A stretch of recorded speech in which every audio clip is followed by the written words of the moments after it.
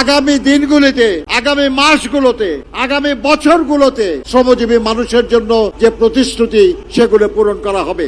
আমি শ্রদ্ধা জানাই জনাব তারেক রহমানের প্রতি, যিনি সুদূর বিদেশে থেকে এদেশের গণ আন্দোলনে নেতৃত্ব দিয়ে এদেশের শ্রমজীবী জনগণকে, সাধারণ মানুষকে ফ্যাসিস্ট সরকারের হাত থেকে মুক্ত করার লড়াইয়ে নেতৃত্ব দিয়েছেন।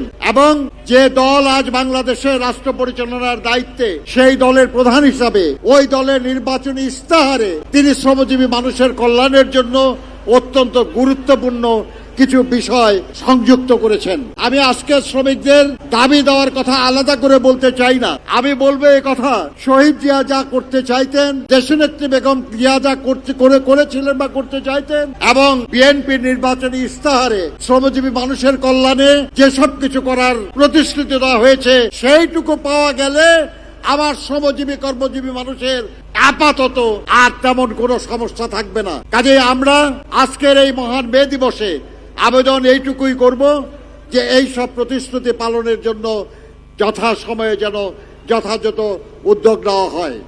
এই সরকার দায়িত্ব নিয়েছে মাত্র 2 মাস। এই 2 মাসের মধ্যে আমরা আশা করতে পারি না যে আমাদের সব সমস্যার সমাধান হয়ে যাবে, কিন্তু আমরা এটা নিশ্চয়ই আশা করব যে আগামী দিনগুলিতে, আগামী মাসগুলোতে, আগামী বছরগুলোতে শ্রমজীবী মানুষের জন্য যে প্রতিশ্রুতি সেগুলো পূরণ করা হবে।